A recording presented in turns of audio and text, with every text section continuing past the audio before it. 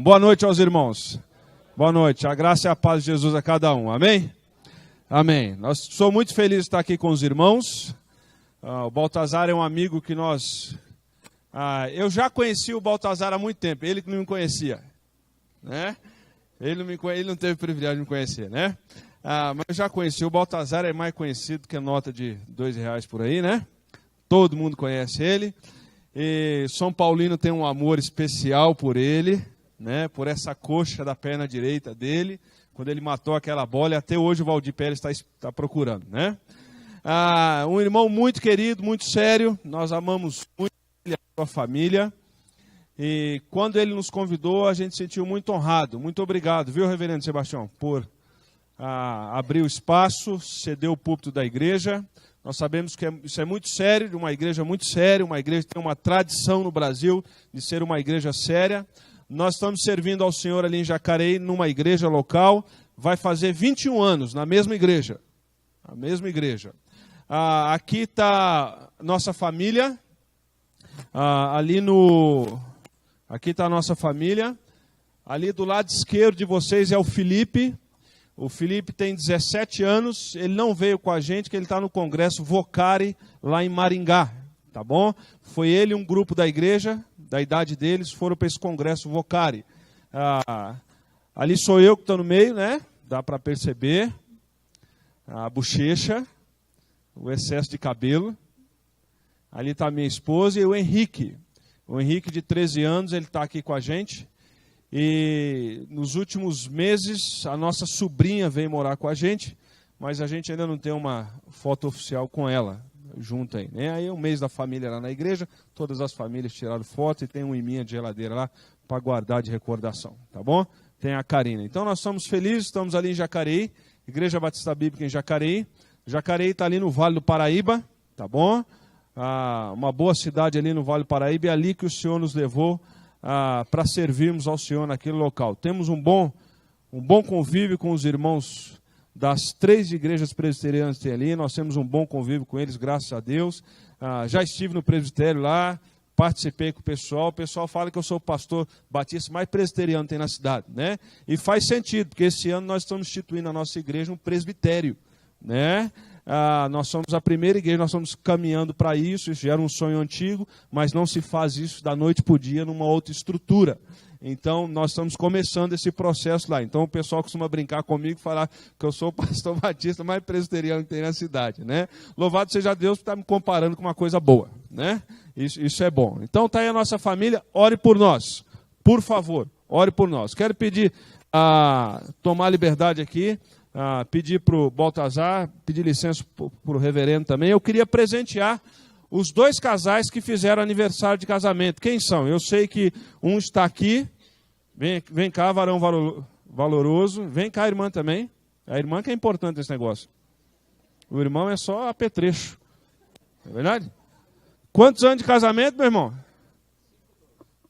52. 52. Meus parabéns, desculpa. Rapaz, o homem trabalhou no Banespa e foi aposentado. Deixa eu fazer propaganda aqui, ó. Reverendo Hernandes Dias Lopes. Quem tem esse livro aqui? Casados e Felizes. Vai comprar. Compre esse livro. Leia esse livro, tá bom? Reverendo Hernandes Dias Lopes. Tudo que ele escreve é bom. Tudo que ele escreve é bom. Aqui, de presente para os irmãos, tá bom? Deus abençoe. Fica aqui que nós vamos... Tem mais coisa. Qual o nome do irmão? Márcio. Parabéns, Elaine. Parabéns, viu, irmão? Presente para o irmão. Leia, tá bom? Leia, por favor. Tá bom? Reverendo, tem esse livro? O Baltazar, me lembra para eu mandar para ele. Tá bom? Me cobra aí para a gente dar de presente para o reverendo. Tá bom? Livro bom. Compre. Leia tudo que o Hernandes Dias Lopes escreveu sobre família. Não é verdade? Coisa boa. E ore por esses irmãos. Deus abençoe os irmãos, tá bom? Leia, leia, leia. E se gostar, compra 2 de presente para dar para outras pessoas que vocês quiserem presentear também. Vai multiplicando isso aí. Deus abençoe os irmãos, tá bom? Deus abençoe, muito obrigado aí, tá bom? Nós vamos falar um pouquinho sobre alguns fundamentos da família.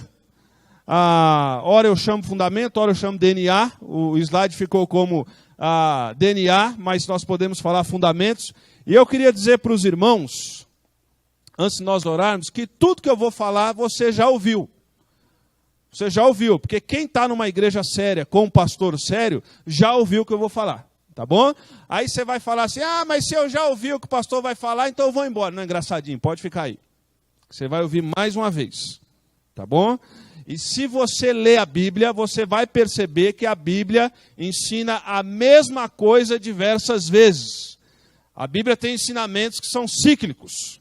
E isso é proposital. A mesma coisa é falado com palavras diferentes, em textos diferentes. Mas Deus está falando a mesma coisa, correto? Quem tem filho pequeno, filho médio, filho grande, já deu a mesma ordem para o filho diversas? Não pega aí. Aonde que ele vai pegar? Parece que ele fica esperando você falar, né? Vamos ver aonde o papai vai falar que não é para pegar, que é lá que eu vou pegar. Não é verdade? Pois é, nós também, depois de grande, a gente faz a mesma coisa e Deus continua falando, não coloque o dedo aí. E a gente continua colocando o dedo ali. Então nós vamos repetir tudo que vocês já sabem, tá bom? Mas nós vamos repetir mais uma vez. Eu queria convidar os irmãos, aqueles que puderem, a abrir as suas Bíblias. Gênesis capítulo 13.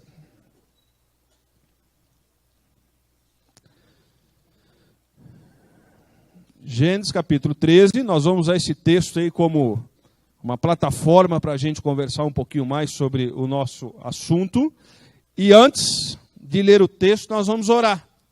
Mas na nossa oração nessa noite, eu gostaria de desafiar os irmãos, nós vamos fazer o seguinte, nós vamos orar, agora essa nossa primeira oração, pela família dos pastores dessa igreja. Tá bom? Nós temos 2 pastores, correto? Irmão, desculpa, eu vou decorar até o final. Jair, agora já decorei, já associei com outra pessoa. Jair, Sebastião, Naor. O do irmão está difícil, eu vou decorar. Naor, Jair, nós vamos orar pela família desses irmãos. Eu queria pedir para os irmãos a orarem constantemente pela família dos seus líderes. Amém? Não. Eu queria pedir que vocês orassem constantemente pela família dos seus líderes. Amém? Amém? Tem uns irmãozinhos lá na igreja, eles olham para mim assim e falam, pastor, orei por você essa semana. Eu falei, é por isso que eu estou de pé. Está entendendo? Ore pelos seus líderes. Ore pelos seus líderes. Às vezes a gente olha o líder, acha que está tudo bem, acha que... E pastor é um negócio de doido. Não sei se aqui é assim, lá em Jacareí é assim. Se a gente come muito, a gente é guloso. Se não come nada, é metido. Se fala alto, é pentecostal. Se fala baixo, é tradicional. Então, nunca está bom. Nunca está bom. Não é verdade? Então, ore, porque não é fácil. E quem que o diabo vai querer destruir? Quem que o diabo vai querer destruir? O líder. Porque se destruir o líder, o rebanho vai estar disperso. E desculpa o que eu vou dizer, tem igreja que não precisa nem de Satanás trabalhar, o próprio povo já faz o serviço. Eu acho que tem igreja que o diabo fica olhando para o povo e fala assim, rapaz, como é que eu não tive essa ideia? Como é que eu não tive essa ideia? Então, antes de ter essas ideias diabólicas, dobre o joelho e olhe pelo seu pastor, pela esposa do seu pastor, pelos filhos do seu pastor, pelos netos do seu pastor, tá bom? Ore. Tem neto? Ore para que essa geração continue servindo ao Senhor com muito amor. Amém, irmãos? Amém? Ore pelo seu pastor. Então vamos baixar nossa cabeça, vamos orar ao Senhor. Senhor nosso Deus, muito obrigado pela oportunidade de podermos estarmos aqui, nesse encontro de casais, essa igreja que se preocupa com a família. Louvado seja o teu nome por isso. E nessa noite nós queremos lembrar da família do reverendo Jair, do reverendo Sebastião e do reverendo Naor. Pedir que o Senhor os abençoe, que o Senhor os guarde, que o Senhor os livre de todo mal. Mantenha esses servos do Senhor em pé, servindo ao Senhor com alegria. Cuide das esposas, cuide dos filhos, dos netos. Tenha misericórdia deles, ó Pai. E que essa igreja sirva de apoio, que esses irmãos dobrem o joelho, orem. Que esses irmãos tenham a consciência do privilégio que uma igreja tem de ter um pastor, um servo do Senhor, um obreiro, ó Deus. Louvado seja o nome do Senhor por esse. E agora, quando vamos estudar a Tua Palavra, que o nosso coração possa ser solo fértil para a Tua Palavra. Em nome de Jesus que oramos. Amém e amém. Amém, queridos? Amém. Gênesis capítulo 13, versículo de 5 a 18. Abra aí, por favor, e vamos ler. A minha versão aqui, ela é diferente, Por isso eu vou... Baltazar, presta sua Bíblia para me ler na versão de vocês aqui, que fica melhor, tá bom? Vamos lá. Gênesis 13, de 5 até 18. Ló, que ia com Abraão, também tinha rebanhos, gados e tendas. E a terra não podia sustentá-los, para que habitasse juntos, porque eram muitos os seus bens, de sorte que não podia habitar um em companhia do outro. Houve contenda entre os pastores de gado de Abrão e os pastores do gado de Ló. Nesse tempo, os cananeus, os ferezeus, habitavam essa terra. Disse Arão a Ló: não haja contenda entre os meus pastores e os teus pastores, porque somos parentes chegados. Acaso não está diante de ti toda a terra? Peste que te aparte de mim, se fores para a esquerda, irei para a direita. Se for para a direita, irei para a esquerda. Levantou Ló os olhos e viu toda a campina do Jordão, que era toda regada. Entre parênteses, antes de haver o Senhor destruído Sodoma e Gomorra. Isso quer dizer que existiam alguns manuscritos e outros não. Como o jardim do Senhor, como a terra do Egito, como quem vai para Zoar. Então Ló escolheu para si toda a campina do Jordão e partiu para o Oriente. Separaram-se do outro. Habitou Abrão na terra de Canaã e Ló nas cidades da campina. Ia armando as suas tendas até onde? Ora, os homens de Sodoma eram maus e grandes pecadores contra o Senhor. Muito obrigado, palavra do Senhor. Gênesis 13 narra a desavença entre duas famílias. E eu queria chamar um pouquinho a atenção dos irmãos para essa ideia aqui de Abraão e Ló a princípio. E o que eu queria chamar de Gênesis, não vai dar para a gente ler, mas vocês já sabem, Gênesis 11, 12, 13, é que nós temos duas famílias. Todo mundo sabe da história de Abraão. O Senhor disse a Abraão: sai da tua terra, da tua parentela, para a terra que eu te mostrarei. Não é verdade? Abraão tinha que virar as costas para todo aquele contexto religioso, contexto financeiro, toda aquela estrutura, virou a costa para aquilo tudo, pegou o seu gado, pegou o seu rebanho, pegou a sua esposa. E eu devo ficar imaginando a conversa de Abraão com a sua esposa, né? Abraão chega para a tua esposa e fala: vamos mudar. Para a mulher: vamos mudar? Maravilha, casa maior, né? Para onde nós vamos, meu amor? Abraão vira para a mulher dele e fala o quê? Para a terra que o Senhor há de mostrar. Ela virou para os filhos e falou: teu pai voltou a tomar aquele remédio. Ou deixar de tomar aquele remédio. Não é verdade? Era uma mulher de fé. Porque ela acompanhou o marido para uma terra que o Senhor iria mostrar. Tinha confiança no marido. E Abraão sai tudo, e Abraão sai, vai para a terra que o Senhor ia mostrar, e sempre tem um parente para estragar tudo. Sempre tem um parente que vai na aba. E o doutor Ló foi atrás. E Ló é o típico parente quebradão que encosta no parente que tem alguma coisa, porque acha que o parente que tem alguma coisa deu sorte na vida. Mas ele esquece que o parente que tem alguma coisa, o que ele fez? O que ele fez? Suou muito, ele acha que deu sorte, né? E sempre tem alguém na família que protege aquele encostado. Sempre tem, né? E aí o Ló foi junto. E a gente percebe que Abraão, ele vai ser guiado pela voz de Deus. Abraão é guiado por princípios claros, e você vê o texto. Enquanto Abraão está chegando na terra que o Senhor há de mostrar, você repara no texto que nós acabamos de ler de Gênesis, que Ló está levando a família dele para onde? Para onde? Sodoma aí? Enquanto Abraão está levando a família dele para a terra que o Senhor há de mostrar, Ló está dando uma de esperto, quer ser esperto, e vocês sabem as trambicagens que Ló fez. E enquanto mais trambique ele faz, mais ele leva a família dele para a perdição. É simples. Um personagem bíblico está agindo a partir de princípios bíblicos, e outro personagem está está levando a sua vida à base de instintos, à base do levar vantagem em tudo. Já viu isso em algum lugar? Levar vantagem em tudo? Porque na vida o bonito é levar vantagem em tudo, né? Jargão que surge com o Gerson, que fumava dentro do vestiário e todo mundo escondia dele, e o negócio era levar vantagem em tudo, que lá no campo ele ia resolver. Um é seguido por instinto, o outro é seguido por princípios. Se queremos, um pastor presbiteriano, ele diz que casar é uma decisão, permanecer casado é uma arte. É uma arte. Quantos anos de casamento, ô presbítero, que ganhou um presente bonito da minha mão? 52 anos. Um camarada para ter 52 anos de casamento, a mulher teria que ser canonizada, em primeiro lugar. Mas como a gente não acredita nessas coisas, né? E ela ainda é oprimida para falar o contrário. Então, olha só. O camarada para chegar em 52, 50, não é para qualquer um, meu querido. Hoje na televisão o camarada faz 2 anos de casamento, já vão entrevistar ele?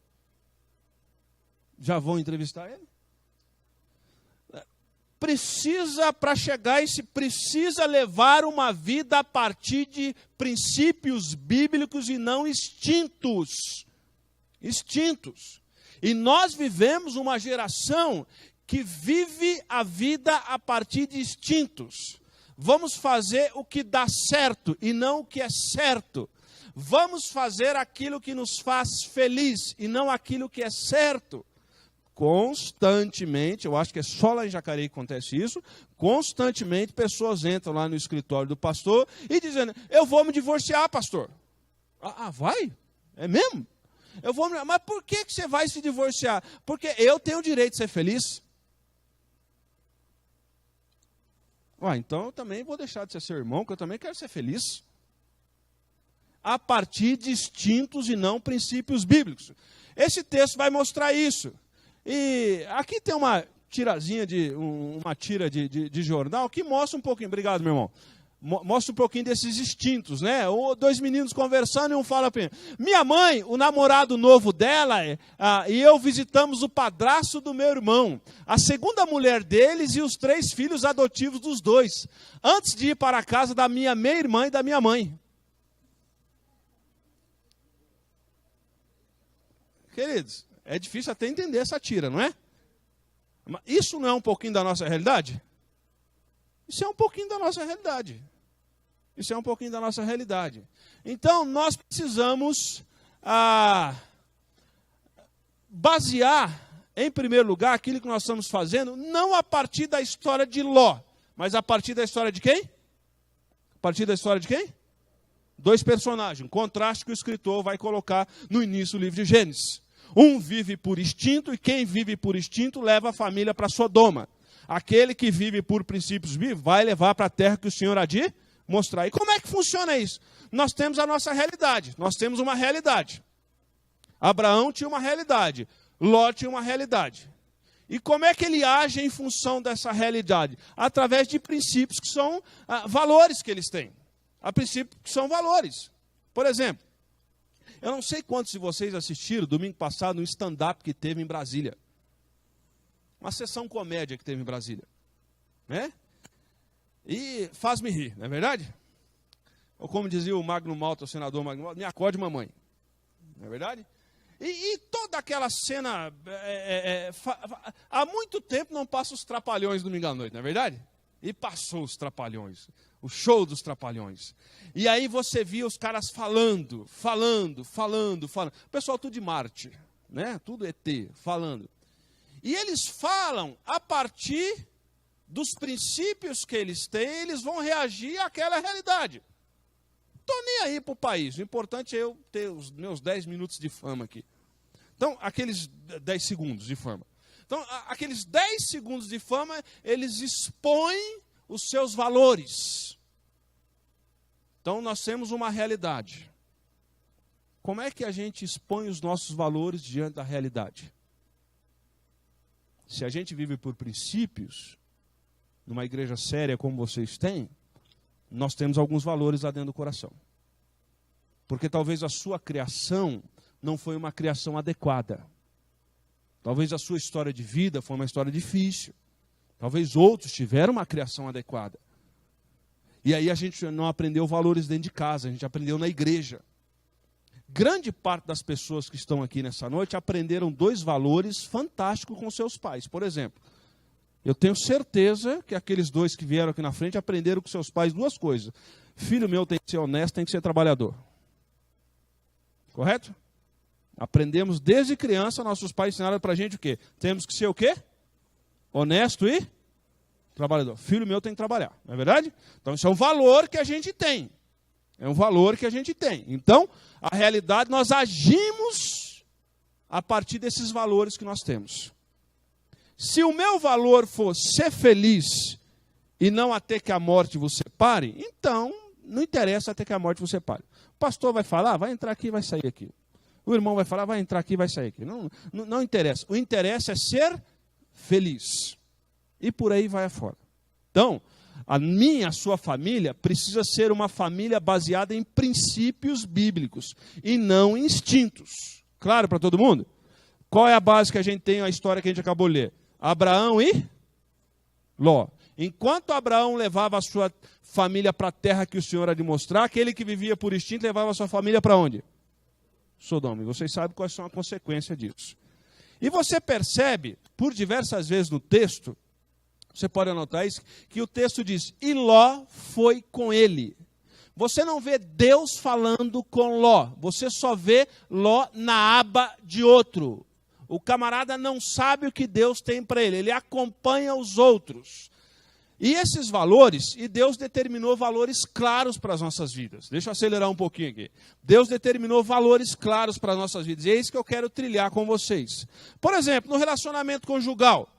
Eu não sei quantos vocês lembram da Maria Mariana, autora do livro Confissões de Adolescentes, e ela vai falar um pouquinho sobre a mulher, esses valores que Deus determinou para a mulher. E ela vai fazer uma leitura da geração, e ela fala que um dos grandes problemas que nós temos de mulheres viverem a partir de princípios, tem a ver com o avanço que a cultura tem proporcionado, tem imposto às mulheres. Ela vai dizer o seguinte, precisamos unir a geração das nossas avós com as nossas mães, para chegar a um equilíbrio feminino. Quero dizer às jovens do mundo de hoje que existe uma pressão enorme. Presta atenção. Quero dizer às mais jovens estão aqui, presta atenção. Que existe uma pressão enorme para que elas sejam o quê?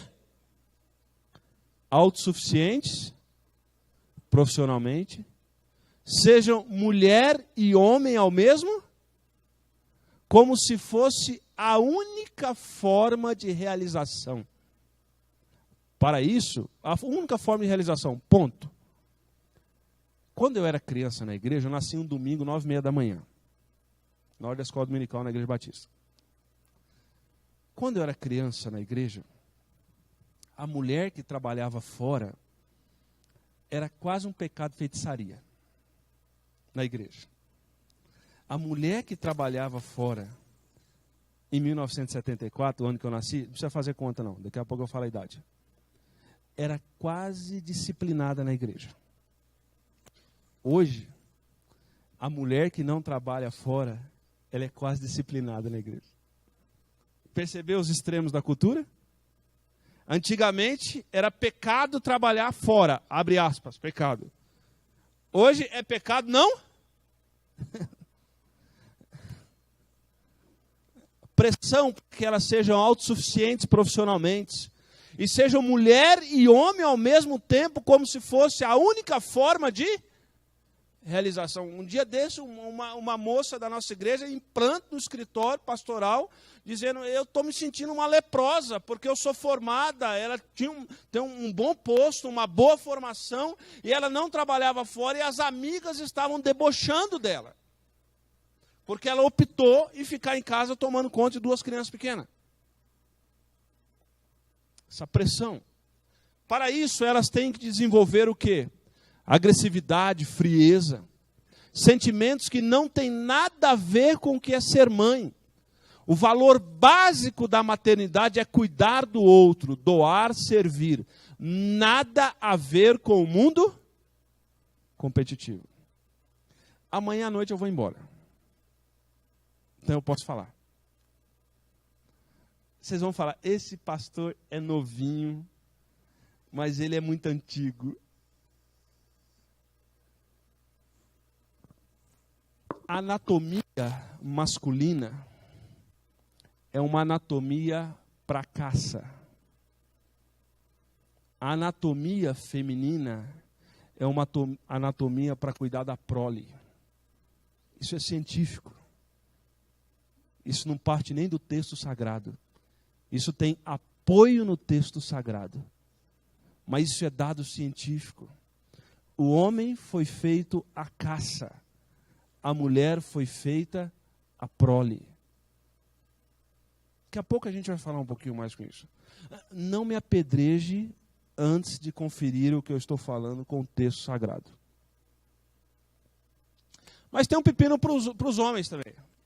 O Cortado Cares, ele escreveu aquele texto Homem Tarja Preta, e eu estou falando de gente que tem nada a ver com a fé, tá bom?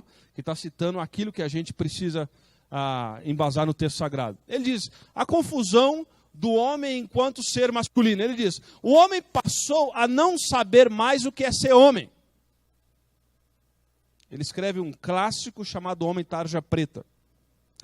O homem passou a não saber mais o que é ser homem.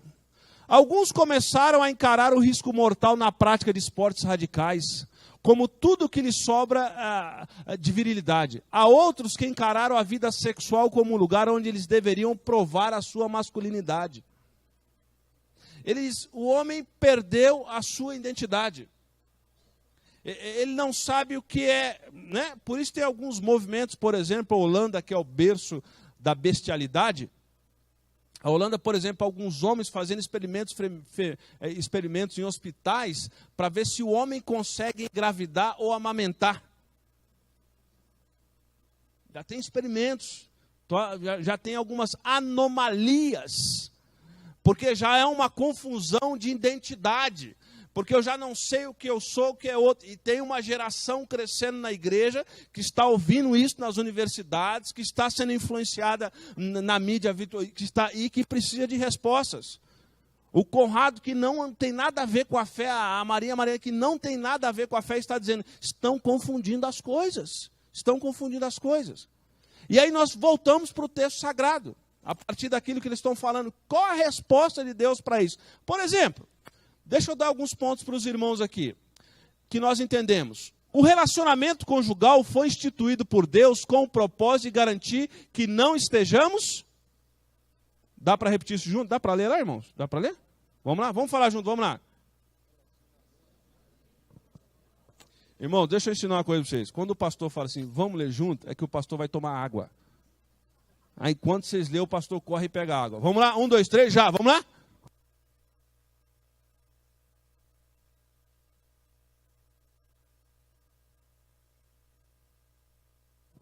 Agora vamos lá, vamos falar forte esse negócio, está muito fraco, vamos lá. O relacionamento conjugal foi instituído por Deus com o propósito... Está entendendo? Está claro isso na sua cabeça? Qual é a base bíblica? Desse Gênesis. Então o Senhor Deus declarou. O que o Senhor Deus declarou? Bendita a palavra, grifa na sua Bíblia. O que Deus disse? Não é bom, e ele não usa o termo, ele usa o termo Adão, para homem, humanidade. Não é bom que o homem esteja só. Amém por essa palavra? Não é bom que o homem esteja só. Farei para ele alguém que auxilie, lhe corresponda. Perceba que Deus diz, não é bom que o camarada viva só. E o homem sozinho só faz bobeira. O homem tem que estar acompanhado. E pelo que eu vejo aqui, a grande maioria está muito bem acompanhado. Tá bom? Não é bom que o homem... E vou fazer para ele uma ameaçadora medonha. É isso que o texto diz? Tem umas irmãs que são. Mas já vou falar sobre isso. Falei uma auxiliadora idônea. Alguém que lhe corresponda. Então o Adãozão está lá, fez o Éden lá, está cuidando do Éden lá, catalogando o animal. Eu acho que ele é bom nessa área, está botando o nome nos animais, está lá no Éden. Você já reparou assim, por exemplo, elefante tem cara do quê? Elefante, o cara sabia o que estava fazendo. Não é verdade? A girafa tem cara do quê?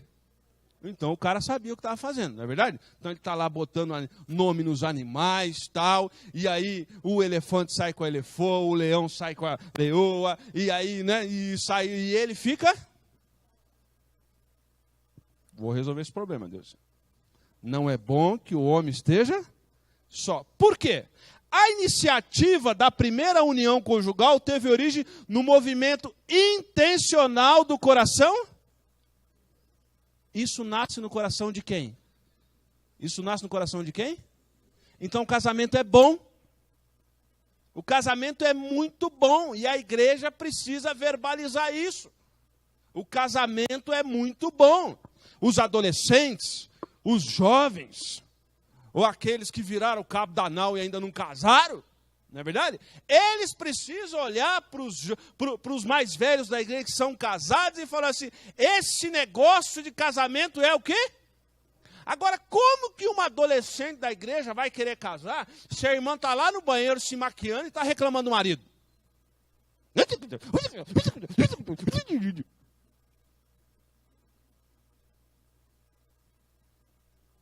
Agora, como que um adolescente vai querer casar se ele vê um irmão em Cristo, um diácono, um presbítero, um apóstolo, um pastor, um serafim, um querubim, sei lá, só reclamando do casamento? É que essa mulher minha eu não aguento. É que essa mulher gasta.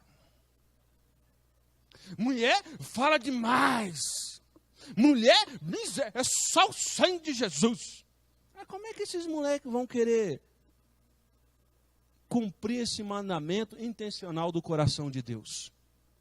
Nós que já casamos, que permanecemos casados e que trilhamos a nossa vida a partir de princípios, a nossa vida deve ser exemplo para essa geração desse ideal de Deus, do coração de Deus, que não é bom que o homem viva só. Casei com 22 anos. 22 anos. Positivo operante? Viu como é que eu lembro? Pergunta a data, não. Casei com 22 anos. Eu ouvi gente na igreja. Assumi a igreja com 22 anos, pastor. Também? 23. Eu sofri mais que o pastor, com certeza. 22 anos, aí a gente brinca com o pastor que me ordenou, né? Oh, pastor, você é doido. Aí ele brinca comigo e fala, não, eu sou visionário, né? 22 anos. Eu ouvi de gente na igreja. Rapaz, isso é muito novo para casar. Não estou falando de gente de conversa de boteco, não, irmãos. Estou falando de gente da igreja.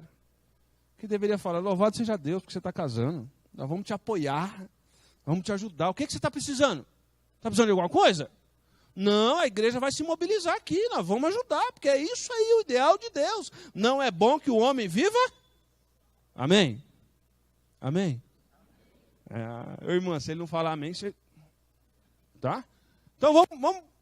Todos aqueles que desconfiam do amor e do cuidado de Deus nessa área de suas vidas, correm o risco de trocar a solidão por um mau casamento. Ao mesmo tempo, nós precisamos orientar essa moçada que está chegando aí. Porque não é casar todo mundo à torta à direita. Casar bem essa moçada. Fazê-los entender alguns princípios. Fazê-los entender alguns valores. Por exemplo, tem uma coisa que eu luto lá na nossa comunidade. Eu acho que aqui vocês não lutam isso. Só lá. Tem uns pais que querem que os filhos casem com tudo que eles têm hoje. Aí eu pergunto para eles, mas meu irmão, quando tu casou, o que tu tinha? Eu morava num cômodo, né? Tinha um colchão, um fogão duas bocas. Falei, rapaz, tu quer que teu filho tenha tudo? Qual a casa que tu morou a primeira vez? Era lá onde o Judas perdeu a meia, porque a bota ele perdeu antes. Então, tu tem uma casa boa? Hoje. Mas quando você começou, você não tinha? Eles vão ser a mesma coisa. Quais são os valores que a gente tem?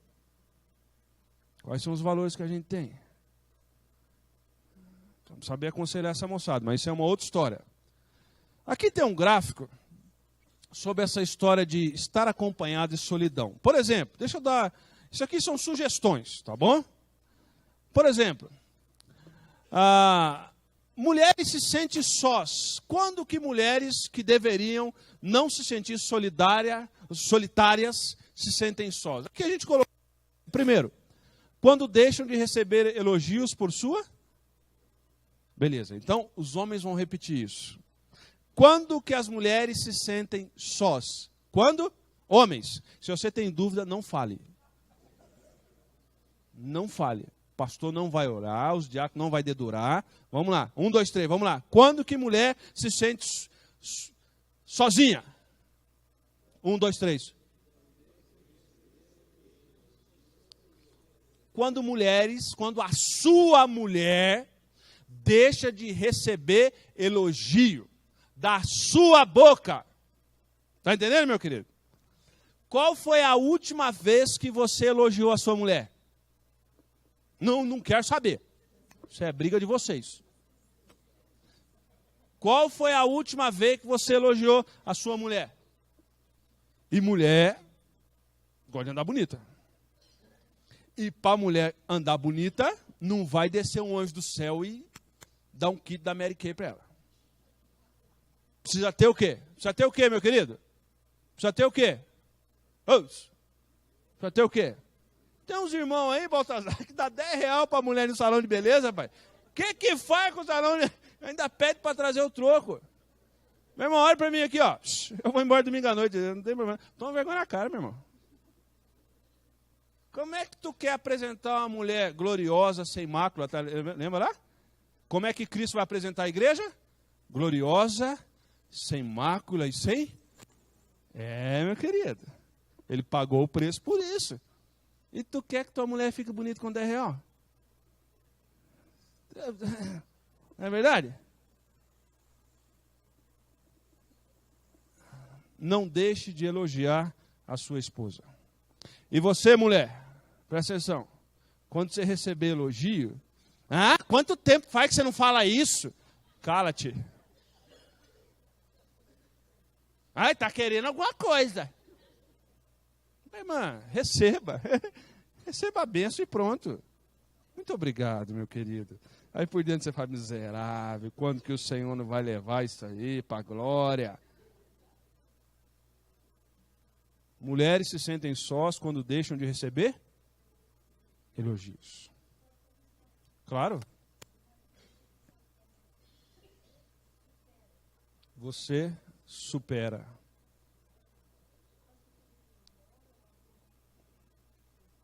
Amém. Glória a Deus. Muito bom, viu, irmã? Muito bom. Deus abençoe. É por isso que está 52 anos. Né? A irmã, Deus está superando a paciência da irmã. Deus abençoe, viu? É isso mesmo, é isso mesmo.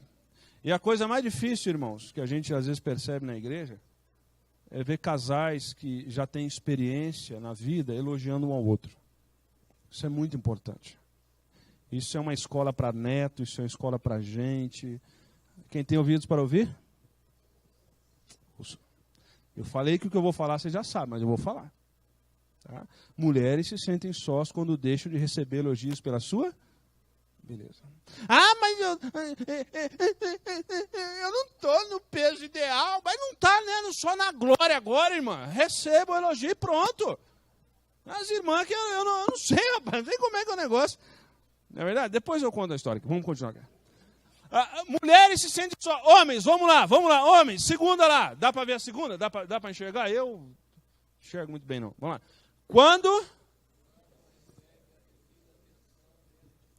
Quando o que, irmãos?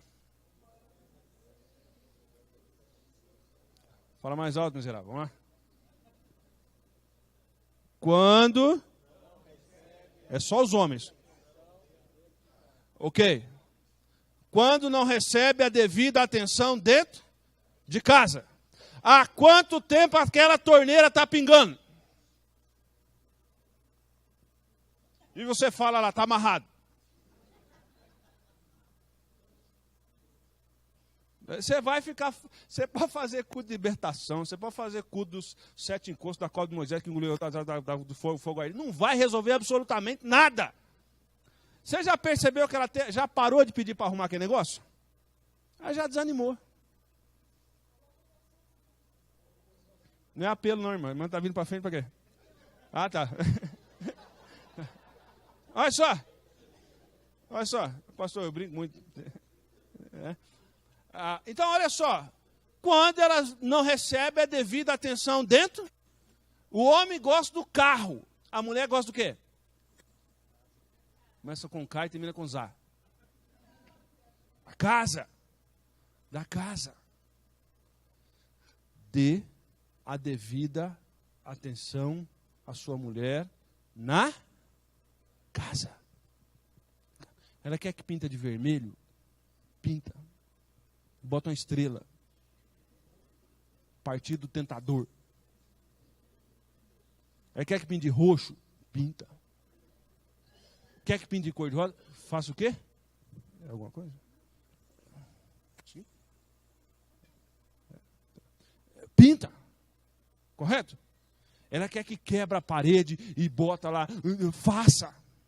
Faça. Quem que fica dentro de casa? Está entendendo? Não menospreze. Terceiro, vamos acelerar aqui. Terceiro, vamos lá. Terceiro, irmãos. Mais uma vez.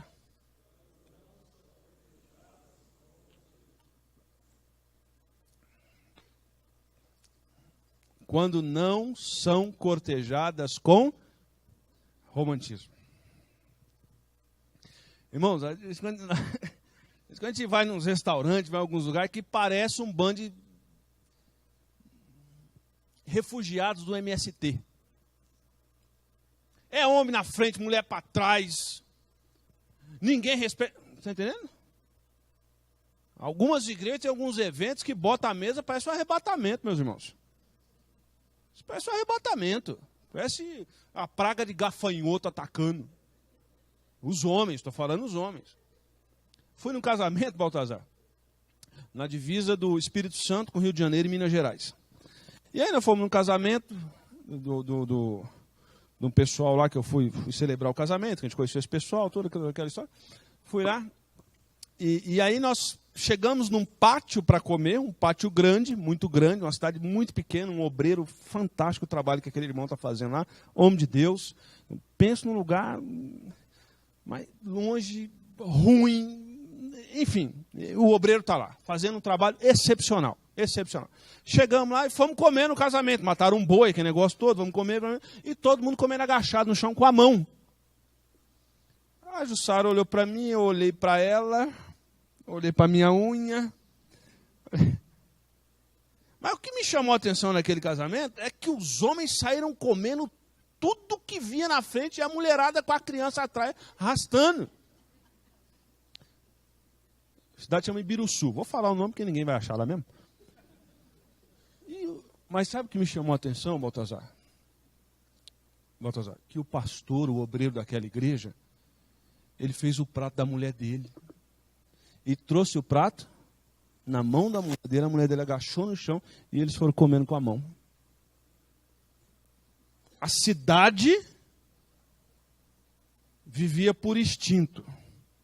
O obreiro que está lá, aquilo ali é uma Sodoma e Gomorra, aquela cidade. Depois eu posso contar algumas coisas da cidade. Ele foi na frente e deu o exemplo. Botou a comidinha no prato, trouxe para a mulher dele, entregou na mão da mulher dele, a mulher depois ele foi e se serviu. Estou dando um exemplo bobo. Exemplo simples.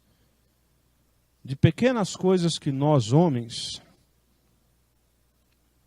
esquecemos de cortejar a nossa esposa. Até na cidade. Há pouco tempo atrás, quando um homem encontrava alguém na cidade, ele tirava o chapéu para a mulher, por respeito. Um dia desse estava passando, entrando no banco, chegando na porta, o banco que o Valderez trabalhou lá. Passando na porta, veio uma senhora, uma jovem senhora, eu vi que ela estava passando, eu puxei para trás, por favor, ela pegou a bolsa e falou, esses homens de hoje em dia.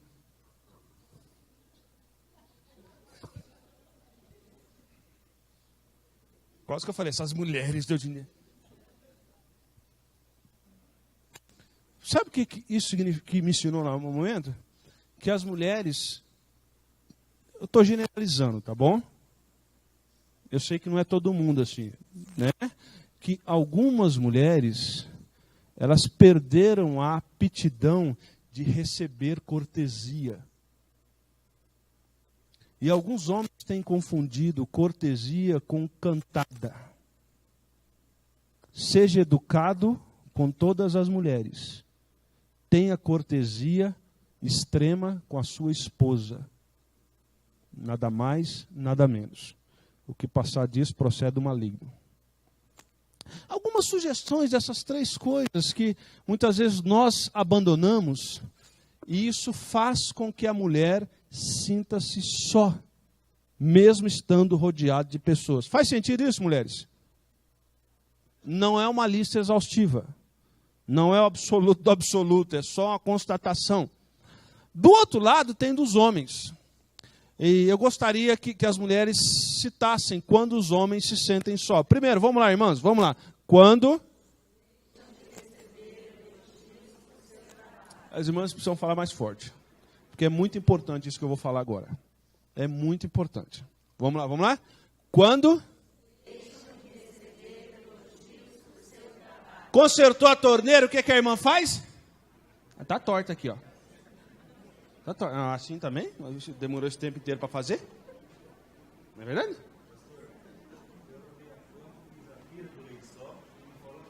Aí. Processo, irmão. Ah, não, crente não pode processar crente. O cara arruma a torneira. A irmã fez a campanha de oração na igreja. Deus ouviu a oração. Aí o cara arruma a torneira, o que a irmã fala? Também? Agora também não serve. Você percebeu? Sabe quando que ele vai arrumar a torneira de novo? Sabe quando? Mas nunca. Mas nunca. A mulher gosta de receber elogio do seu marido por sua beleza. Homem gosta de receber elogio pelo seu trabalho. Pelo seu trabalho. Pelo seu trabalho. Ah, pastor, eu, homem, gosto de receber elogio pela minha beleza. Menina! É verdade? Homem gosta de receber elogio pelo seu trabalho. Ah, minha irmã, ele consertou a torneira, faz uma festa, faz a comida que ele gosta, né? Elogia ele, olha o que o seu pai fez aqui, você vai ver, nunca mais vai quebrar nada na sua casa. Ele vai arrumar tudo. Agora, se você ficar, que bagulho, colocou essa tenã, aqui tinha uma deca, você colocou uma, esqueci o nome daquela mais, como é que chama mais? Não é o seu consultor, não é o João, né? Você também é, né? Elogia que tu vai ver, não vai ter mais nada quebrado. Irmã, eu mudei para uma casa e no fundo da minha casa tem um quintalzão com pé de árvore, uns negócios tudo. E irmã, era impressionante como o inimigo fazia aquele mato crescer. Era um negócio assim. E eu orava e o mato não baixava. E aquilo me incomodava. E o mato subindo. E minha esposa, olha, tá alto o mato. Tá, é o que Deus fez, deixa crescer. Aí eu falei, não, a enxada, tem que comprar o cabo da enxada, e aí tem que encabar, fazer a cuia, e passar vela, cola. Eu faço esse negócio tudo. Eu sou profissional. Né? Aí tá, não dá, irmão. A crise que tá, não dá para pagar ninguém para fazer. E aí embaixo assim, aí um dia eu falei assim, sabe uma coisa? Assim diz o Senhor, eu fui lá e peguei 2 peão que eu tenho lá. Acabamos com aquele mato. E tinha que subir uma escadaria assim, e eu dando ordem para os caras, porque eu, para dar ordem, eu sou um espetáculo. E limparam, deixaram? Você precisa ver a alegria da minha esposa. Se eu soubesse que ela ia ficar tão alegre, Só de raiva eu comprei um mata-mato agora. Não quero saber. E ela elogiando, o Jeff limpou. Minha sogra chegou em casa e minha sogra plantou uns pés de... Hã? Aquilo não é capim-colonhão, não? É orquídea? Plantou umas orquídeas assim no pé de jabuticaba? Hã? Pitanga. Eu sou bom negócio. Para mim eu plantava eucalipto para vender ali. Umas orquídeas assim no pé de pitanga assim. E aí quando chegou ela olhou assim, ela falou, não, tá limpo. Ela falou, foi o Jeff que limpou. Aí minha sogra, isso que é genro. Pena que eu não posso falar o mesmo para a senhora, isso que é sogra. Eu nunca mais vou deixar o mato crescer. Porque isso trouxe alegria para mim, ver o quintal limpo. E ela elogiou. Ela me motivou, tá entendendo? Agora, se ela ficar assim, é que esse mato que você não faz nada, que você... é da sua família que não pega no cabo da enxada, que não sei o quê, e que a sua família tem essa maldição hereditária. Qual é a maldição hereditária? Não pegar no cabo da enxada para limpar o quintal, que não sei o quê, não sei o quê. Você sabe quando que eu ia limpar o mato? Mas nunca. Sabe o que eu ia dar de presente de Dia Internacional da Mulher para ela? Uma enxada tramontina. Mas ela não fez isso. Agora, olhe para mim e presta atenção. Não são grandes coisas que nos desanimam no casamento. São as pequenas... São o quê? As pequenas coisas que vão acumulando, acumulando, acumulando, acumulando. Ninguém levanta de manhã, olha para a cara da mulher e fala assim, vou divorciar. Não, aquilo é coisa que vai. São pequenas coisas que não são tratadas. Aí quando chega na porta do escritório do pastor, já ninguém tolera ninguém. Deus tem que me dar graça, que se me der força, eu arrebento com ele. Segundo, mulheres, vamos lá.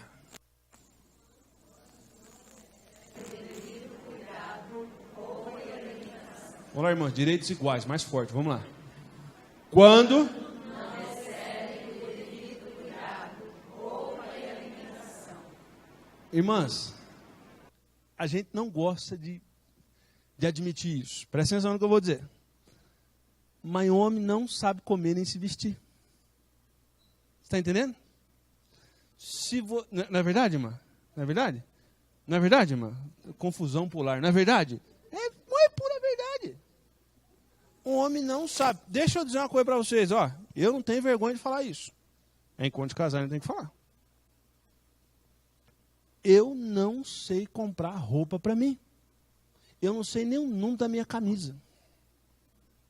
Quando o camarada fala assim, qual o número da minha camisa? Eu olho para minha mulher. Aí ela fala assim, embaixo é o número, na gola depende o peso. E eu não tenho vergonha de falar o que eu vou falar. Eu só compro a camisa que ela gosta. Está entendendo? Porque, em última análise, ela é a mulher que tem o melhor gosto do mundo. Entendeu? Você entendeu o que eu estou querendo dizer? Ela tem um extremo bom gosto. Quem hoje saiu de casa, não precisa falar, que eu não quero que dê confusão. Porque o pastor tem muita coisa para fazer, para ficar brigando com essas coisas. Tá? Quem, quando saiu de casa, a mulher falou, vai trocar a camisa? Não. Pode trocar a camisa. Agora você não vai. Você só com a camisa amarela, uma calça vermelha, uma meia roxa, um sapato azul. Não é verdade? Tá bom para desfilar na escola de São Primeiro de Mangueira. Mas a mulher, ela tem... Já percebeu? Ela sabe combinar os negócios, não é verdade? Lá na igreja tem umas senhoras, nós temos poucas pessoas um pouco mais experientes na igreja, bem pouca mesmo. Mas tem umas senhoras lá, elas sabem se vestir. E elas tentam orientar as mais... O que a Bíblia diz? Que as mais velhas devem ensinar as mais novas. Elas dão um toque. Olha, irmã, né? Uma vez o irmão chegou assim para mim e falou assim, Baltazar. Meu reverendo, o irmão chegou para mim, um irmão muito espiritual. Eu falei, pastor, tem umas moças na igreja que estão se vestindo muito indecente. Eu falei, é mesmo, irmão? É. Eu falei, e o irmão que está vendo isso? Toma vergonha na cara, irmão. Porque quem vê isso na igreja não são os homens, são as... Então, fale para a tua mulher corrigir ela. Porque quando o homem quer corrigir roupa de mulher, ele está vendo o quê? Ele não está vendo a roupa. Não, pastor. Quer que eu desenhe no quadro? Não entendeu? As mais velhas ensinam as mais novas a serem a sequência, e não é cultural. É um princípio supracultural. A amarem os seus maridos, a serem boas donas de casa, para que a palavra do Senhor não seja difamada. Para que a palavra do Senhor não seja difamada. Homens se sentem sós quando não recebem o devido cuidado de suas esposas nesses aspectos que eu estou colocando para vocês. Mulheres, e os homens, eles são cabeça dura. Eu tenho até uma tese. Homem que não é cabeça dura não é homem. Os homens são cabeça dura. E ser cabeça dura faz parte do pacote. Continue orientando o seu marido. Um dia desse minha mulher chegou com umas sementes assim.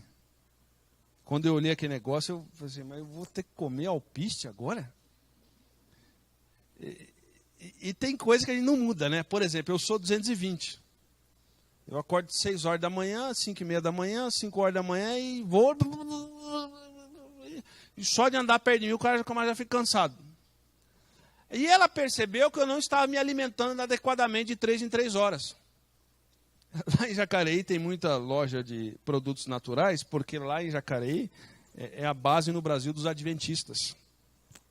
A base no Brasil, TV Novo Tempo, tudo é lá em Jacareí. Então eles têm muito produto natural, né? E nesse aspecto é bastante interessante. Então ela fez alguns kits balanceados, com castanha. Aí eu fui descobrir o que era gooseberry, né? E aí eu comia aquelas sementezinhas. Dava fome, eu ia para tentar equilibrar. E um dia eu estava com aquela semente. E um camarada que trabalha para mim olhou e falou assim, que é isso, pastor? Está comendo alpiste? Aí eu virei, ele é do Nordeste, né? Eu falei, o seu abestado, se eu falar o que é, você não vai entender. Isso aqui é isso, isso e isso. Eu também não vou entender. Na minha terra eu como rapadura. Tu não vai entender isso aqui. Aí expliquei para ele. Aí ele coçou a cabeça assim, o Valdir. Ele coçou a cabeça, olhou para mim e falou assim, matei isso, a mulher manda em você? Eu falei, manda não. Até nisso ela cuida de mim. Quando ele chegou na casa dele, que ele mora no terreno, que eu tenho um negócio, ele toma conta lá. Quando ele chegou na casa dele, ele chamou a mulher dele de canto. E ele tinha pegado um pacotinho dentro da minha mochila. Falou, você acredita que a mulher do pastor faz isso aqui para ele comer? A mulher dele, o pastor está com a mente ruim, que nem comer ele lembra mais.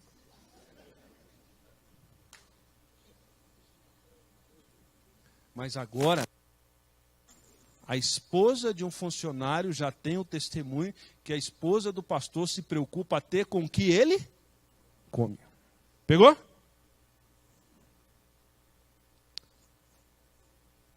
Último aqui, quando não são correspondidos sexualmente. Isso aqui a gente poderia falar há muito tempo, mas nosso tempo não vai dar. Mas o que o homem pensa? Sexo. Mas o homem pensa no que mais? Sexo. O que mais? Sexo. Mas não, sexo. Sexo. Sexo. Homem. E não há problema do homem pensar em sexo com a sua esposa. Não dá tempo de a gente falar muito, mas é uma praga nos dias de hoje, chama pornografia virtual. Isso está destruindo o ministério de pastor. Está destruindo o ministério de pastor. Está destruindo o ministério de presbítero, de diácono, de outras pessoas. Está uma praga. E se a gente não fizer um voto com os nossos olhos, o nosso casamento também vai para o buraco. Quem tem ouvidos para ouvir, ouça. Não brinque com isso. Há uma mulher em nossa igreja, psicóloga, gente boa, cristã, princípios bíblicos. Ela tem um estudo, ela foi facilitadora da Tierfund por muito tempo na América Latina, teve muito envolvido com esse pessoal. Ela tem um estudo sério, uma palestra séria sobre os efeitos que a pornografia tem feito no cérebro do ser humano. Efeitos esses que são comparados ao uso de drogas. Isso é outra história. Mas eu quero dizer que fique atento, porque aquele que pensa estar de pé, cuidado para que não. Outra coisa, arrume ferramentas para monitorar os seus filhos. Lá em casa não tem senha de nada. Ou se tem senha, todo mundo sabe da senha. É monitorado. Eu pego o celular, sim, vou no histórico. Eu sei aonde está navegando, porque os computadores da igreja são todos bloqueados. Ninguém fica de costa para ninguém. É tudo exposto para todo mundo ver o que está acontecendo. São ferramentas que são criadas para bloquear a possibilidade da tentação e cair nesse pecado. Estão entendendo o que eu estou dizendo, irmãos? Ah, mas eu não sei. Alguém sabe. Crie ferramentas. Esteja atento. Não deixe isso destruir o seu casamento. Deixa eu avançar um pouquinho mais. Posso 5 minutos? Publicamente, o cara nunca vai falar, não, sai daí, pastor. 2, vamos lá, rapidinho, estou acabando, vamos lá. Estou acabando o meu tempo, vamos lá. 2, vamos falar junto, vamos lá, irmãos, vamos lá.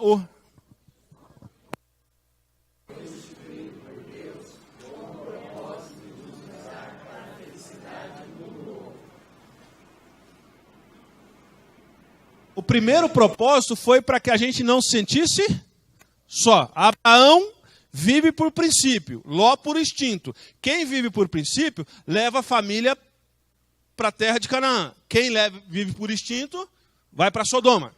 E o primeiro princípio é para que a gente não viva, e está cheio de gente na igreja casado que tem um casamento solitário. Estão ouvindo? Está cheio. Nós não podemos nos conformar com isso. Nós precisamos dar um jeito nisso. O segundo princípio aqui tem a ver que Deus fez homem e mulher, um para a felicidade. O que, irmão? Vamos falar alto, vamos lá. Um para a felicidade. Então o Senhor declarou, não é bom que o homem seja só. Farei para ele. Olha lá. Segundo a narrativa bíblica, a mulher foi criada para o homem, para satisfazer os anseios do marido, para lutar pela felicidade dele. E o homem o quê? O quê? Então, você varão, você varoa, você varinha, nós fomos feitos, o Catecismo de Westminster vai dizer que nós somos feitos para a glória de Deus, para gozar eternamente, correto? Absoluto, absoluto, absoluto. Claro para todo mundo? Tá? Mas olha só, vamos olhar agora para a família. Eu fui, no dia que eu aceitei casar com Jussara por livre, espontânea vontade, porque ninguém aqui casou em festa junina. Como é que casamento em festa junina? Espingarda na mão. O dia que eu decidi casar com ela, eu disse o seguinte, agora a minha vida vai existir, o absoluto do absoluto é a glória de Deus, correto? Para fazer a minha esposa o quê? Feliz. Até que a morte... Ah, pastor, está difícil. Tá? E pede para o Senhor te levar. Ah, pastor, não aguento mais. Opa, parou, filho. Parou. Vá com Deus. Então, existe para fazer... E a Bíblia é um exemplo disso, o modelo do Pai, do Filho e do Espírito Santo. Então, como que homens e mulheres contribuem um para a felicidade do outro? Nós precisamos inculcar isso e eu já vou ensinar. Vamos lá. 3 coisas rápidas. Quando se dispõe a abrir mão dos seus caprichos pessoais para servirem à necessidade um? Então, quando que a gente vive para a felicidade um do outro? A primeira proposta. Quando a gente se dispõe a abrir mão dos nossos o quê? caprichos pessoais para fazer o que com o cônjuge? Para fazer o que, irmãos? Para fazer o quê? Eu ouvi com esses ouvidos que a terra de comer o Senhor Jesus Cristo ia arrebatar. Chegou um camarada no meu escritório, pastor, sabe o que ele disse? Ele disse assim, pastor, o senhor sabe que a coisa está feia, né? Eu falei, sei, a coisa está feia. E sabe que emprego está difícil, né? Eu falei, está difícil. Então, você sabe que a minha esposa é muito bem qualificada, né? Eu falei, sei. Então, pastor, nós estamos pensando lá em casa o seguinte, só era trabalhar e eu ficar em casa tomando conta das crianças. Se eu fosse da Assembleia, eu falei, queima Jesus! Eu olhei para ele e falei, rapaz, tu nasceu em que planeta? Tu não tem vergonha na cara, não? Eu vou colocar a minha esposa a se expor, ralar, se esfolar, para eu ficar? E tu acha que ele ia ficar em casa tomando conta bem das crianças? Mas nunca. Um camarada que tem coragem de falar e fazer isso com a esposa. Quando a gente abre mão dos nossos caprichos pessoais. Camarada que não é capaz de... Camarada casa e quer levar a vida do solteiro casado. Quer ter os mesmos amigos. Quer jogar bola todo dia. Ou a mulher casa e quer ter as mesmas amigas, as mesmas saideiras, os mesmos happy hours.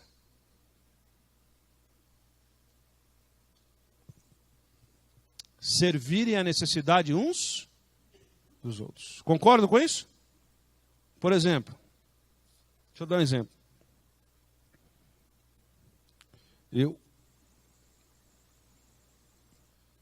Eu aprendi a gostar de restaurante japonês. E a Sara gosta. E se é importante para ela, é importante? Então agora eu adoro o salmão cru. E é bom mesmo o trem mesmo. Mas ela gosta. E se é importante para ela, é importante?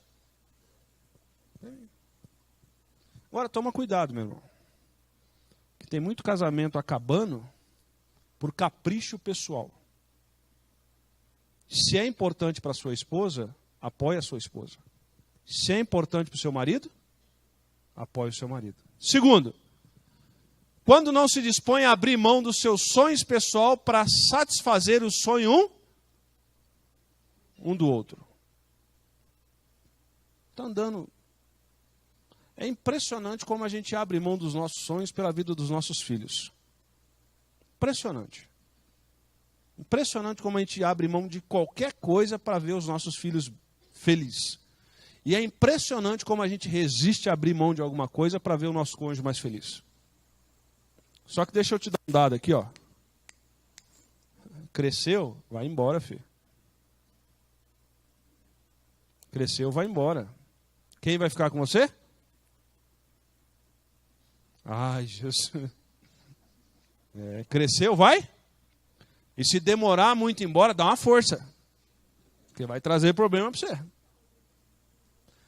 Terceiro, para a gente acabar. Quando se dedicam a conhecer e utilizar aquilo que nós sugerimos aqui, um livro que é bacana, tem coisa que não é bacana, mas tem muita coisa bacana, aquilo que é falar das linguagens do amor um para o outro. Aqui tem alguns exemplos. Serviço. Coisas que eu posso fazer para facilitar a vida da minha esposa. Você tem coisas? Tem cara que gosta de dificultar a vida da esposa. Coisas que você pode fazer para facilitar a vida do seu esposo. Um dia eu estava no mecânico, chegou a irmã da igreja com o carro.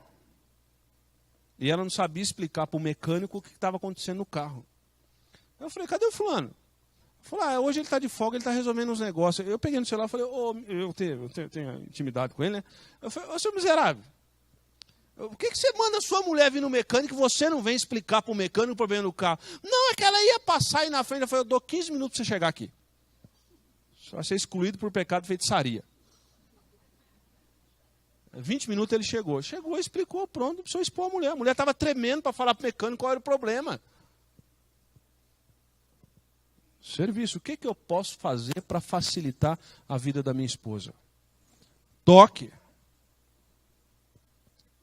Palavras de afirmação. Isso é um livro que tem. Tempo de qualidade. E mulher gosta do quê? Mulher gosta do quê? Do quê, irmãos? Então dá presente. Dá presente.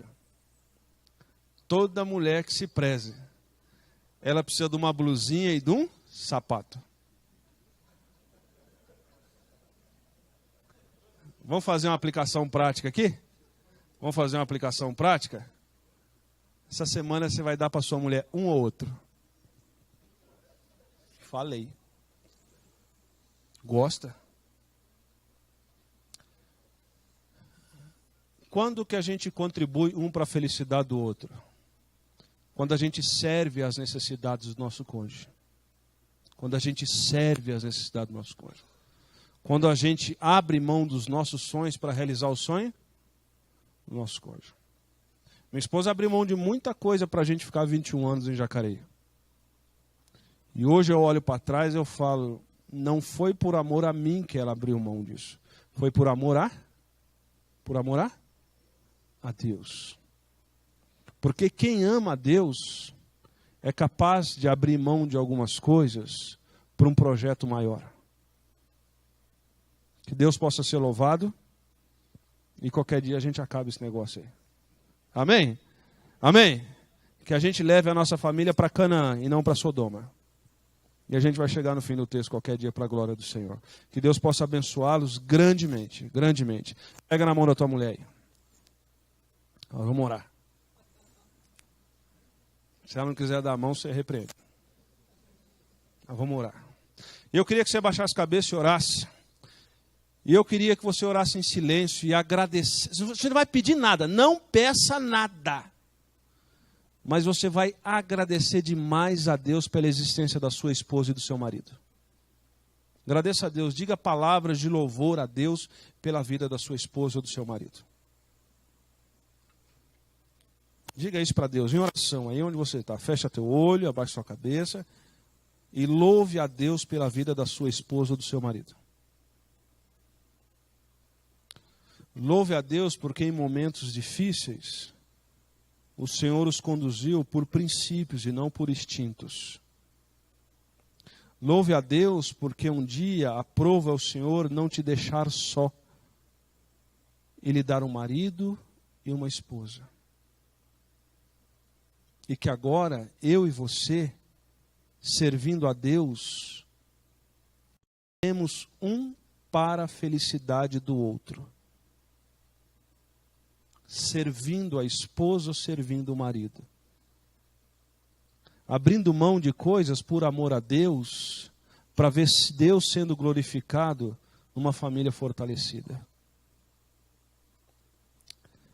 Senhor, essa é a nossa oração nessa noite. Nós queremos servir ao Senhor. Que a nossa família possa ser forte, não para a nossa glória e o nosso bel prazer, mas para que o nome do Senhor possa ser glorificado. Nos ajude, ó Deus, porque muitas vezes aquilo que depende de nós não fazemos. E obrigado porque aquilo que nós cantamos aqui nessa noite, que a Tua graça sempre está conosco. Obrigado porque nós podemos obedecer ao Senhor por amor e não por obrigação. E obrigado porque o Senhor pode ser exaltado no nosso casamento. Louvado seja o Teu nome, porque o Senhor é a nossa fortaleza. O Senhor é o nosso refúgio. O Senhor está presente em toda e qualquer tribulação. E ainda que andemos pelo vale da sombra da morte, o Senhor está conosco. Porque nós cremos nessa noite que no nosso casamento, bondade e misericórdia do Senhor nos acompanharão todos os dias de nossas vidas. Obrigado por esses casais aqui. Obrigado por essa igreja. Obrigado por esse ministério. Que o Senhor derrame bênçãos, graça e misericórdia sobre esse povo. Em nome de Jesus que nós oramos e agradecemos. Amém e amém. Amém, queridos? Amém? Amém. Deus te abençoe grandemente.